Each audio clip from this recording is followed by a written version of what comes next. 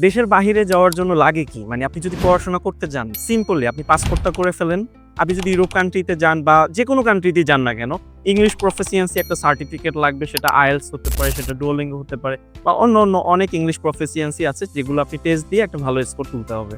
আর পাশাপাশি হচ্ছে আপনার বাজেট কেমন এটার উপর নির্ভর করে আপনার আবেদনটা করতে হবে এবং সঠিক টাইমে আবেদনটা আপনার করা উচিত। আদারওয়াইজ আপনি চান্স পাবেন না যদি অনেক ভালো প্রোফাইল থাকে।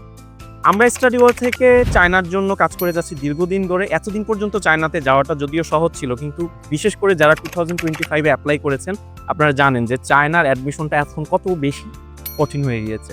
সো যদি আপনার ভালো স্কোর মানে IELTS অথবা ডুওলিঙ্গো ভালো স্কোর না থাকে এবং আপনার প্রোফাইলটা যদি আসলেও নরমাল থাকে, আপনি খুব ভালো স্কলারশিপ পাবেন না। সেক্ষেত্রে আপনার প্রিপারেশনটা এখন থেকেই জরুরি। অনেকে মনে করে আমি পাস করব, পাস করার পরেই আমি এপ্লাই করে দিতে পারবো। বিষয়টা এরকমের না। আপনি দেশের বাহিরে ভালো ইউনিভার্সিটিতে যাওয়ার জন্য মোটামুটি ভালো একটা সময় আগ থেকে আপনার প্রিপারেশন রাখা উচিত। সো আপনার যদি দেশের বাহিরের যাত্রাটা সহজ করতে চান বা কিভাবে আপনি প্রিপারেশন নিবেন এই সংক্রান্ত বিস্তারিত তথ্য নিতে চান, তাহলে আমাদের স্টাডি ওয়ার্ল্ডের ২টা অফিস, একটা হচ্ছে গাজীপুর আর একটা হলো উত্তরা। সো আপনারা আমাদের অফিসে আসতে পারেন এবং আমাদের অভিজ্ঞ কাউন্সিলর আছে। বিশেষ করে আপনারা যারা USA তে যেতে চান, অস্ট্রেলিয়া, কানাডা, ফিনল্যান্ড, আয়ারল্যান্ড বিভিন্ন কান্ট্রি আছে। পাশাপাশি চায়না তো আছেই, যেটা আমি সরাসরি নিজে কাউন্সেলিং করি।